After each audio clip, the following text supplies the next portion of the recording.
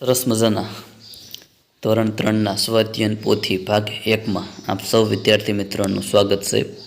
આજે આપણે જે સ્વાધ્યાયન પોથી છે એમાં ગણિત પાઠ 1 ક્યાંથી જોવું એનું સોલ્યુશન જોવાના છીએ, તો વિડીયોના અંત સુધી બન્યા રહેજો।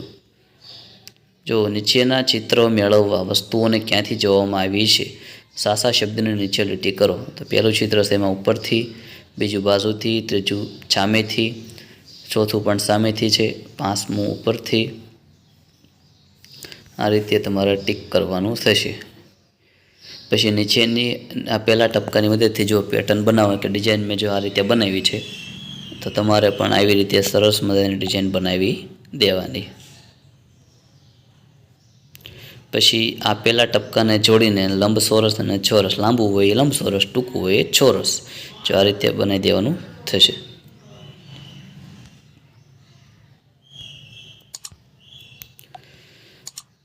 પછી નીચે આપેલા બિંદુઓની ગોઠવણીમાં નીચેની વસ્તુના ચિત્ર દોરો। તો જો પેન્સિલ, બેટ, પુસ્તક, ચશ્મા અને શીશી, આ બધા જ ચિત્ર આપણે દોરી દીધા છે। આમાં તમે પણ દોરી દેજો। હવે નીચે આપેલ અડધા ચિત્રોને અરીસામાં જુઓ અને પૂર્ણ ચિત્ર બનાવો। એટલે ચિત્ર અરીસાની સામે જોઈએ તમારે આખું બનાવવાનું થશે।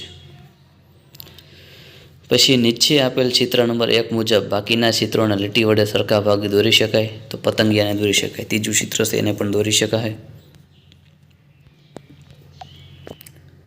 પાંચમું આને નહીં દોરી શકાય, આ દોરી શકાશે, આ દોરી શકાશે, આમ આડું યસને આમ દોરી શકાય, આને આ રીતે દોરી શકાય, વાયને પણ આમ દોરી શકાય, આને પણ આ રીતે દોરી શકાય, આને નહીં દોરી શકાય, આ દોરી શકાશે, આ નહીં દોરી શકાય, બે નહીં દોરી શકાય। પછી આ ચિત્ર જે છે એને ઉપરથી જોવાશે, બીજું નીચેથી, ત્રીજું સામેથી।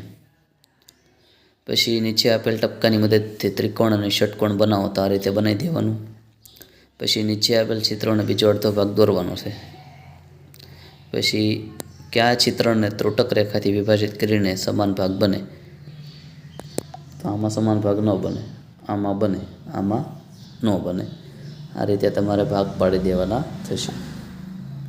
આ રીતે ક્યાંથી જોવું એ ચેપ્ટર આપણે જોયું। તો વિડીયો આંખો જોવા બદલ તમામ વિદ્યાર્થી મિત્રોનો ખૂબ ખૂબ આભાર। હવે મળીએ પાઠ નંબર 2માં।